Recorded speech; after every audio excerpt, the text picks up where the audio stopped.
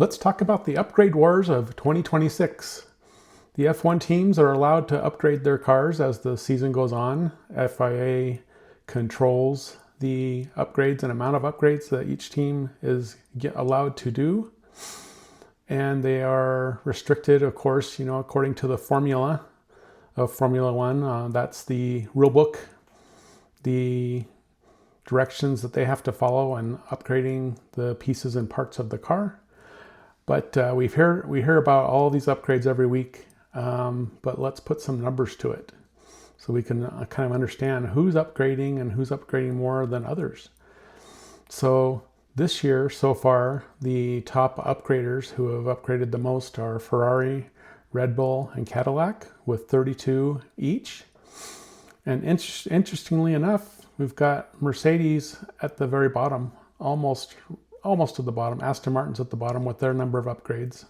They're expected to upgrade majorly either right before the summer break or right after. So everybody's waiting to see what Aston Martin can maybe pull out. Maybe they can do a little better than last place every week.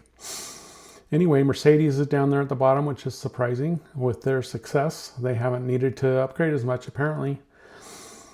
But Toto Wolff from Mercedes has said in the last couple of weeks that he wonders if Ferrari has unlimited funds and they're going over the cap.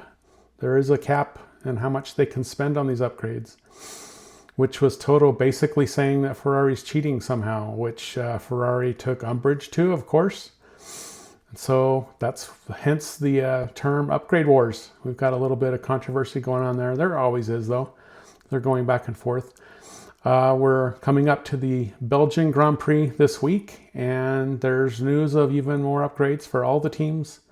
We'll see what happens. Some of these upgrades, I was reading about it. Some of them are so small it may give them 1,000th of a second benefit. Some of them are bigger, give them 1/10 of a second benefit. This year, with all of the new regulations and changes going with the split between the powertrain and the hybrid motor being 50-50. There's been a lot of upgrades because everything is brand new, and they're trying out whatever they can to try and get those 1/10 of a second benefits that might give them the edge in qualifying and in the race.